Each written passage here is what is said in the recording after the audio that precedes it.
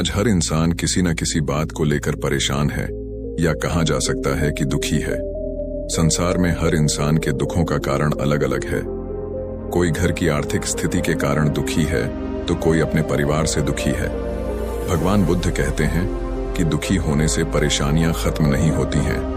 हर इंसान को दुख से छुटकारा पाने के लिए उससे जुड़ी बातों पर विचार करना चाहिए। बुद्ध ने कहा है, दुख के बारे में अच्छे से जान लेने के बाद ही सुख मिलता है। हर इंसान कभी न कभी दुखी होता ही है। हर इंसान को ये जान लेना चाहिए कि दुख का कारण क्या है, दुख आता क्यों है।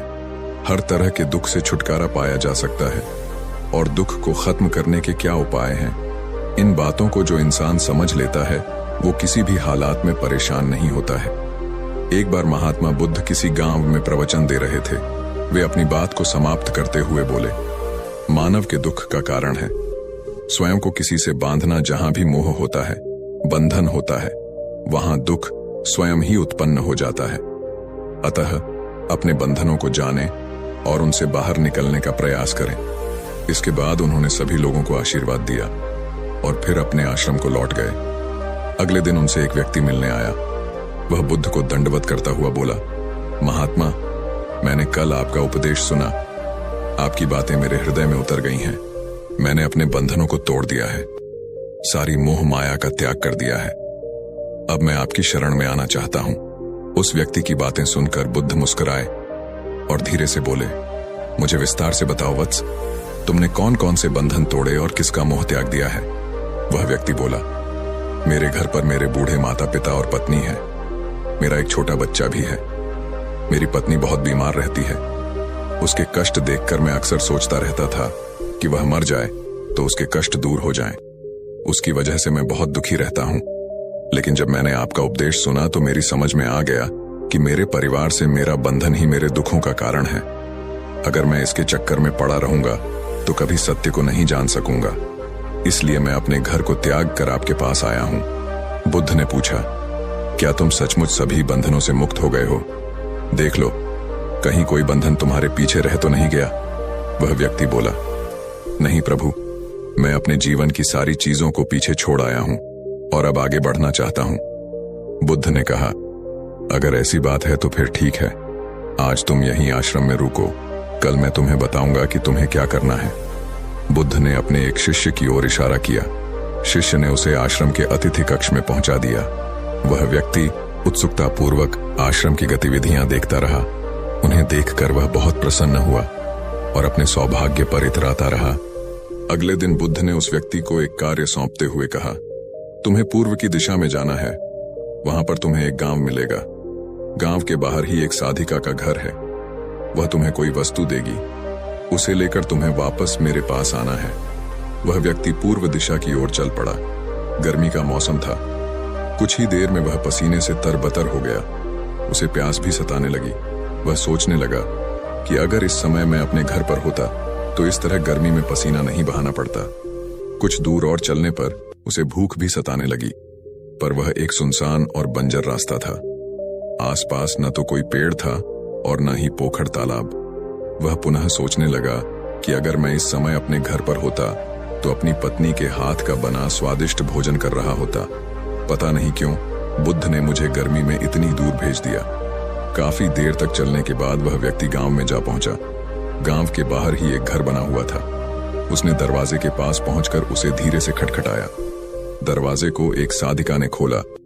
उसके चेहरे पर एक अद्भुत तेज था। वह व्यक्ति उसे देखकर मंत्रमुग्ध हो गया। साधिका ने उसे अभिवादन करते हुए कहा, मैं जानती हूं कि आपको बुद्ध ने भेजा है। आप अंदर आ जाएं। वह व्यक्ति घर के अंदर चला गया। साधिका के कहने पर उसने हाथ मुंह धोया और एक चटाई पर बैठ गया। साधिका ने उसके सामने भोजन की थाली रख दी। वह जल्दी जल्दी भोजन करने लगा।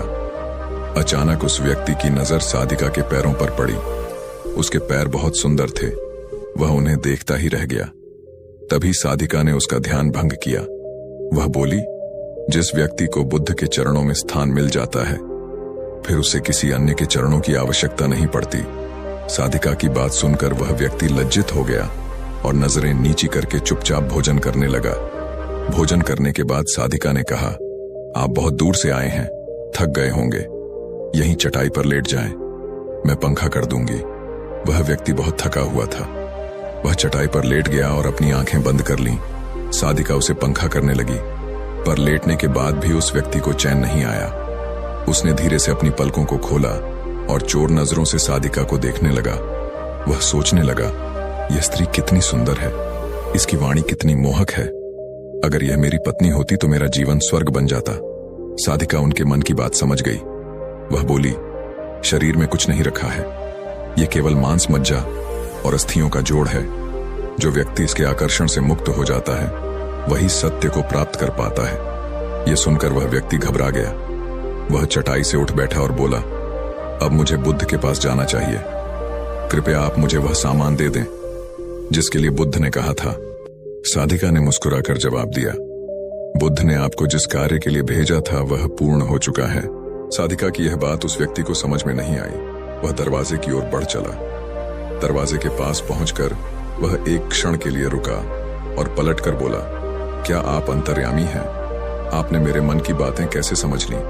वह स्त्री मुस्कुराते हुए बोली, बुद्ध की कृपा से मैं मोह माया से ऊपर उठ चुकी हूं, इसलिए भावनाओं से निर्लिप्त हूं और किसी के चेहरे को देखकर उसके मन में उठने वाले विचारों को समझ लेती हूं।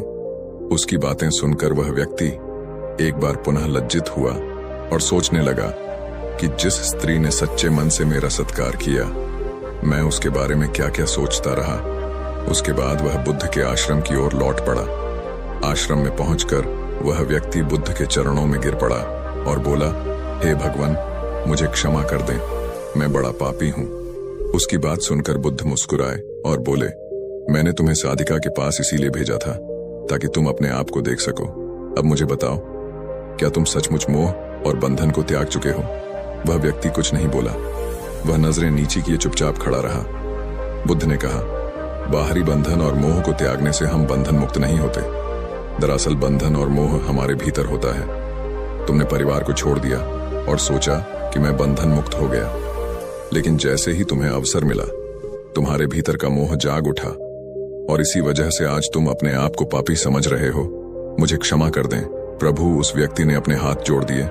फिर वह धीरे से बोला, आप सही कह रहे हैं, मैं केवल अपनी पत्नी से पीछा छुड़ाना चाहता था। वह बहुत बीमार रहती है। 1 वर्ष से हमारे बीच संबंध भी नहीं बन पाए।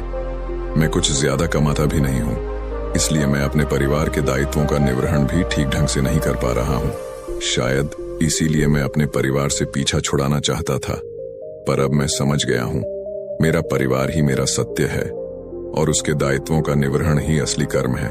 बुद्ध बोले, मैं जो कुछ भी कहता हूँ वह अपने अनुभव के आधार पर कहता हूँ। लोग मेरी बातों को सुनते तो हैं, पर वे अपने स्वार्थ के अनुसार ही उसका अर्थ ग्रहण करते हैं। इसीलिए मोह माया कामना, इच्छा वासना, क्रोध को लोग बाहर की ओर खोजते हैं, जबकि यह हमारे भीतर ही है। हम दूसरों को देखकर तरह तरह की कामना करने लगते हैं। कामना से इच्छा जन्म लेती है, इच्छा से वासना पैदा होती है और वासना की पूर्ति न होने पर क्रोध उत्पन्न होता है। यह सब एक दूसरे से जुड़े हुए हैं। क्रोध के लिए हम सदैव दूसरे को जिम्मेदार ठहराते हैं, जबकि क्रोध का स्रोत हमारे भीतर है। तुम चाहोगे तो क्रोध आएगा, तुम चाहोगे तो क्रोध नहीं आएगा। इसी तरह बंधन बाहर नहीं होते, हमारे मन में होते हैं। हम मन से ही किसी से बंध जाते हैं और मन के कारण ही हम दुख पाते हैं। लेकिन जो व्यक्ति इन बातों की गहराई तक पहुंच जाता है वह दुखों से हमेशा हमेशा के लिए मुक्त हो जाता है।